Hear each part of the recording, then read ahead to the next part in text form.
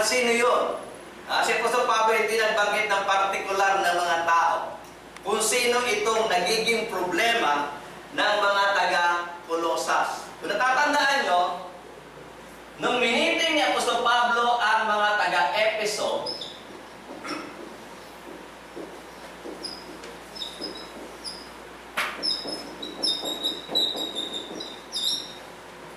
doon sa Acts chapter 20, papasin po natin doon sa Acts chapter 20,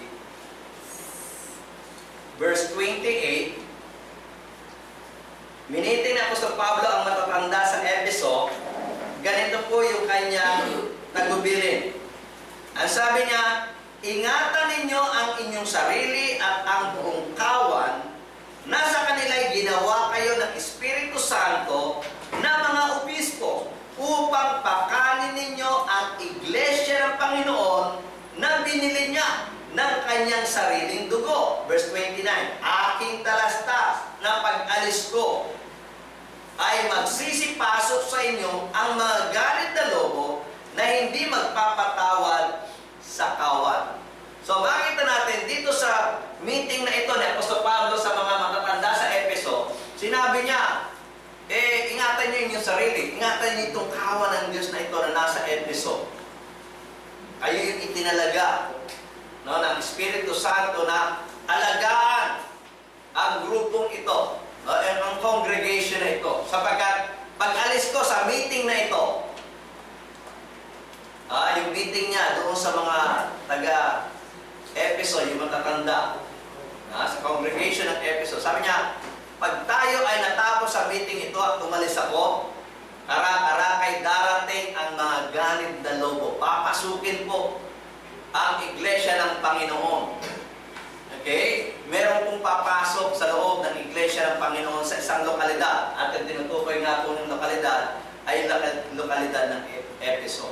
At nakita rin naman natin, hindi lang Efeso ang napasok ng mga ganid na lobo. Yung katatapos na natin pag-aaral sa mga taga-Romans, nakita natin na meron rin nagsipasok sa Roma, sa iglesia ng Roma, na kung saan hindi naman nila pinaglilingkuran ang Panginoon, kundi ang pinaglilingkuran nila yung kanilang tiyan.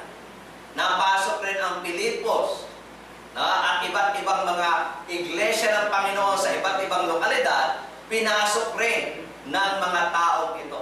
At dito sa pagkakataon ito sa Colosas, merong mga nagsipasok din sa loob ng iglesia ng Colosas na nagtuturo ng ibang turo kesa sa katuruan ng ating Panginoon Kristo. Itinuturo nila, ini-insist nila yung kanilang filosofya, sila ay nandaraya, sila ay nagtuturo ng mga salit-saling sabi ng mga tao at iba't ibang mga aralin.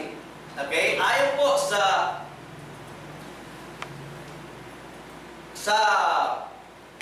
mga komentarista, isa sa mga komentarista ay nagsabi, ito pong philosophy, ang sabi yan, the only use of the word in the New Testament employed by Paul because of the Gnostics. So makikita natin, ang tinutukoy po ni Apostol Pablo, bagamat hindi niya literal na binanggit na merong any man, any man lang ang sinabi niya, o sino man, hindi niya in-specify, pero sa mga komentary, ang tinutukoy niya ay ang mga Gnostics.